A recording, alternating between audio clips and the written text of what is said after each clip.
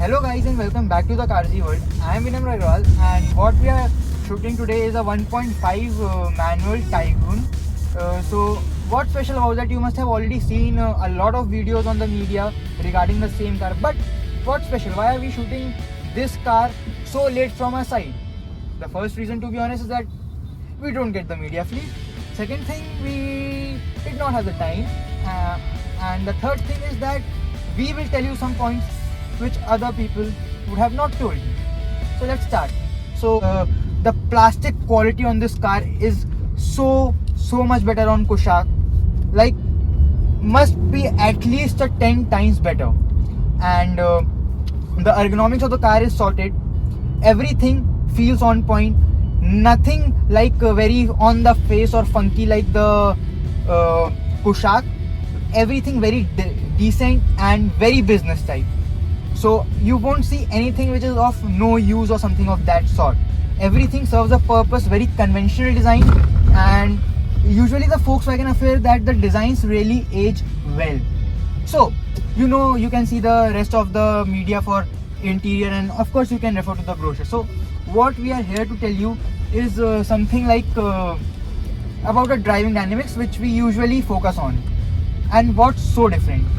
So yeah, when it competes against the Creta Seltos, but when it comes to a driving affair, it is really very different approach to the compact SUV. It doesn't even feel like an SUV to drive, and if I say this, I'm surely saying it in a positive way, because when you drive this, you will get the confidence that you usually don't get in a Creta or a Seltos, no matter which of the engine you buy. So this car's driving dynamics are fully sorted.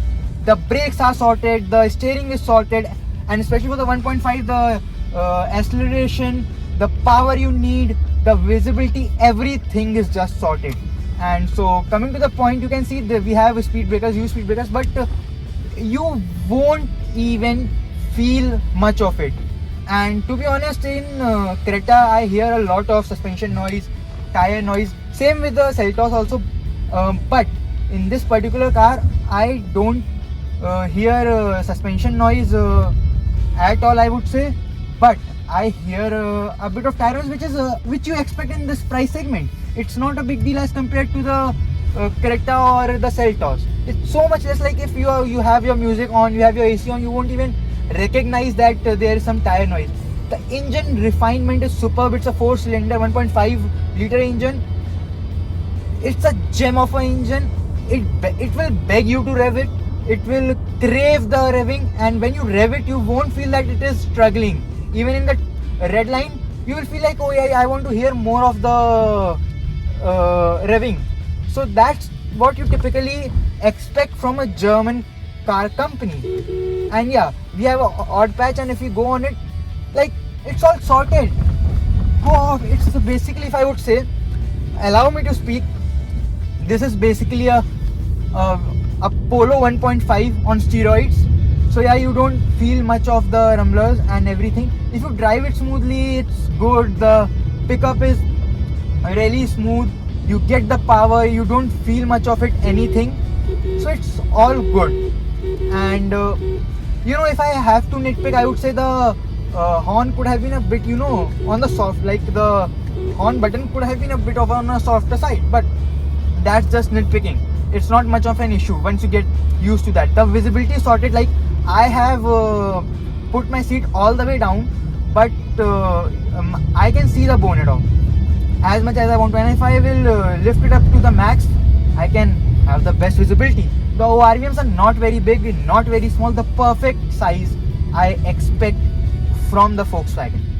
And yes, the 1.5, it's not a complaint, it's just a feedback. If 1.5 manual would have been launched in the top end of the GT line, it would have been damn, that could have been the best thing. These analog dials, which I'm very fond of. I love the analog dials, especially the Volkswagen, the way of doing it. Like you can see the needles dancing when you literally go on like any road, like you on a free road, you rev it, and it's all good to go. The steering feedback is really superb. It is light a bit on a, like it is heavier compared to the other brands like Hyundai or Seltos. But you know, the heavier side is really a positive thing because it allows you to feel more confident. And of course, it is one of the best steering wheel in the business right now. Nothing comes in between the driving dynamics of a Volkswagen, and that DNA has been done by the Taigun. So no complaints with that regard, and you feel everything. Another thing, as we come on to a really sharp turn, I would like to point out to you is that you don't feel the body roll as much. Like the body roll is as much as you would have in a normal hatchback. That's it. So the body roll isn't much. You can literally corner this car and it won't be an issue, I would say.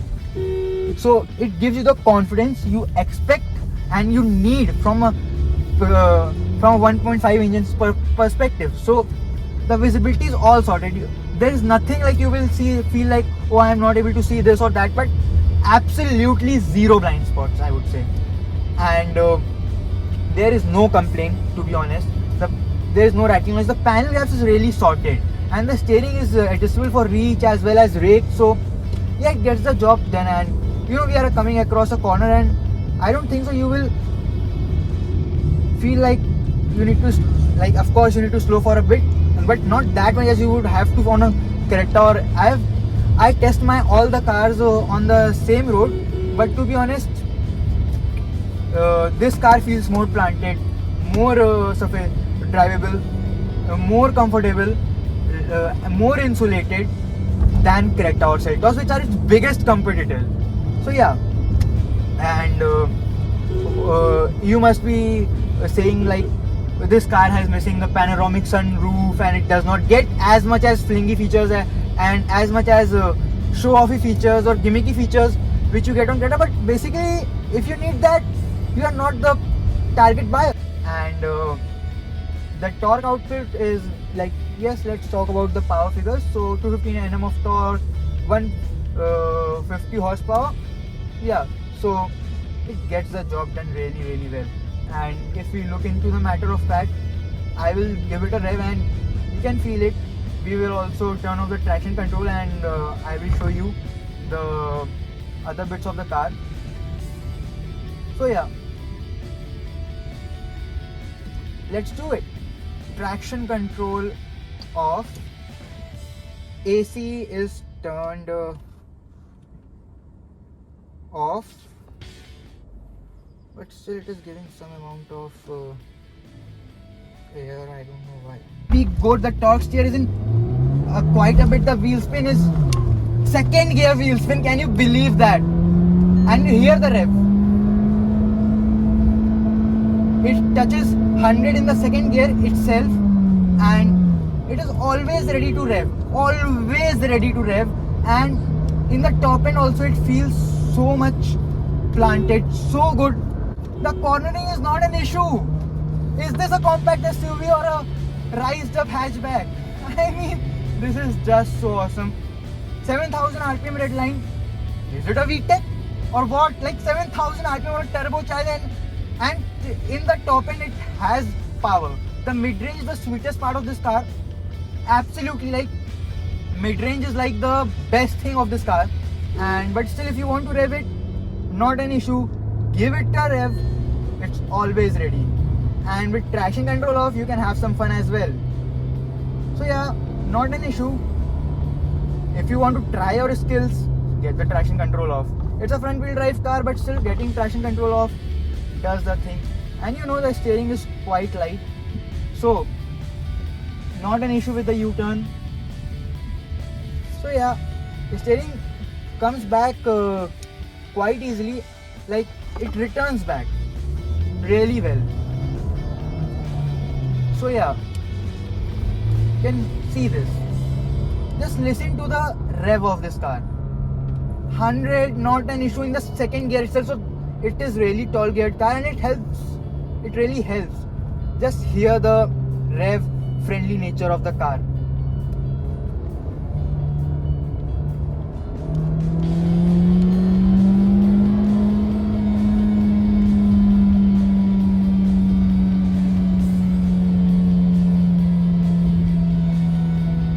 this is the beauty of the engine.